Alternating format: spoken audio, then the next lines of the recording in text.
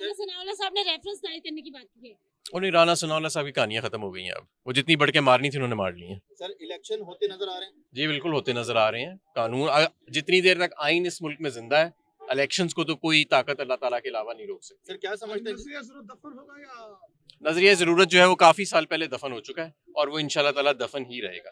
Sir क्या समझते हैं जजेस को प्रेशराइज किया जा रहा है? बिल्कुल, ये नून लीग का पुराना वतीरा है कि पहले इदारों पर हमलावर होती है और फिर उनसे मरात लेती है अपनी मर्जी की, उनको ब्लैकमेल करके, उनको नाम बुला के, उनको प्रेशराइज करके। लेकिन इंशाल्लाह ताला मैं समझता हूँ कि अब वो वक्त गुजर चुका है कि आधा बेंच टूटा है, आधा अभी भी आप लोगों के साथ खड़ा है, तो उनको प्रेशराइज नहीं किया गया जो आप लोग देखें, अगर कोई बेंच से अपने तौर पे अलहदा होना चाहता है तो ये उसकी मर्जी है। चाहे कोई भी बेंच बने, वो 2 रुकनी हो या 20 रुकनी हो, फैसला आइन और कानून के मुताबिक ही होएगा। सर रेजिग्नेशन की जो बात की जा रही थी जस्टिस साहब की, इसको किस नजर से देखते हैं? देखें, जो लोग आइन को मुंजमद करना चाह रहे हैं वो तो चाहेंगे कि जो शख्स आइन की बालादस्ती के लिए खड़ा है और आइन के साथ खड़ा है वो रिजाइन होकर अलहदा हो जाए ताकि उनकी राह हमवार हो जाए आइन शिकनी के लिए। ऐसा होएगा नहीं। सर अगर आज फैसला खिलाफ आता है तो देखिए, हम जो भी फैसला आएगा हमारे लिए, तो जो भी आइन और कानून के मुताबिक फैसला है हम उसे कबूल करेंगे। और हमारी हमेशा से, देखें, जब हमारी हुकूमत थी और हमारे खिलाफ फैसला आया, कासिम सूरी का वर्डिक्ट इसी कोर्ट ने दिया था, तो हम तो पुरअमन तरीके से चले गए थे। हमारा वजीर आज़म भी डायरी उठा के घर चला गया था। जो हालात हैं, देखें, मुल्क के माशी तौर पे तो बहुत ख़राब हैं और जो बाकी हालात ख़राब हैं वो नून लीग ने खुद किए हुए हैं। शुक्रिया जी। राजा साहब, ये बताइएगा कि आज जो है कानून के ज़ाब्तों को तोड़ते हुए जो है पीडीएम की हुकूमत जो है आप लोगों के खिलाफ रेफरेंस भी दायर करने जा रही है, और क्या लगता है कि जस्टिस उमर अता बंदयाल साहब जो हैं वो आप लोगों के हक में फैसला देंगे, इलेक्शन होगा या नहीं होगा? फैसला अदालत ने करना है, उसको हम कोई प्रोडिक्ट नहीं कर सकते कि क्या फ़ैसला होगा। जो भी आइन और कानून के मुताबिक फ़ैसला होगा वो चीफ़ जस्टिस साहब ने करना है और मुअज़्ज़ज़ बेंच ने करना है।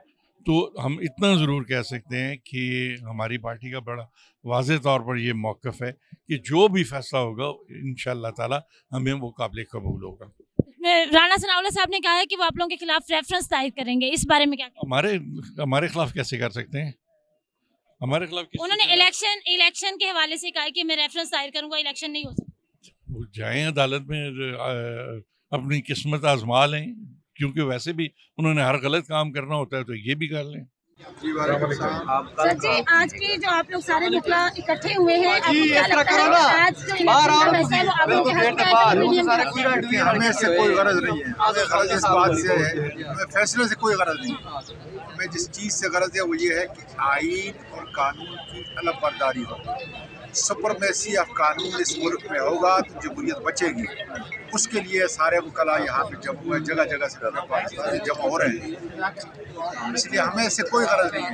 हमारा आइन ये कह रहा है कि 90 दिन के अंदर इलेक्शन होगा और हम इंश्योर कर रहे हैं कि 90 दिन के अंदर इंशाल्लाह इलेक्शन होगा। सर, आपसे ये सवाल पूछना है कि नवाज शरीफ साहब जो है वो आखिरी अशरे में सऊदी अरब जा रहे हैं, तो किस वजह से वो जा रहे हैं, क्यों जा रहे हैं? अपने गुनाह बख्श माने जा रहे हैं? नवाज शरीफ एक डाकू है, एक क्रिमिनल है। अल्लाह ताला गफूर रहीम बादशाह अगर उसकी बख्शिश करता है, मेरे मुल्क को लूट के गया है, भगोड़ा है, उसको वहाँ नहीं जाना चाहिए, यहाँ आना चाहिए और कानून को फेस करना चाहिए।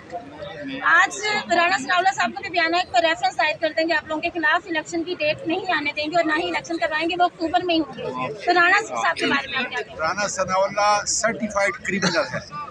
जिस आदमी ने दर्जनों कत्ल किए हैं उसके बारे में आप मुझसे क्या पूछती है? पाकिस्तान का बच्चा बच्चा जानता है कि क्रिमिनल है।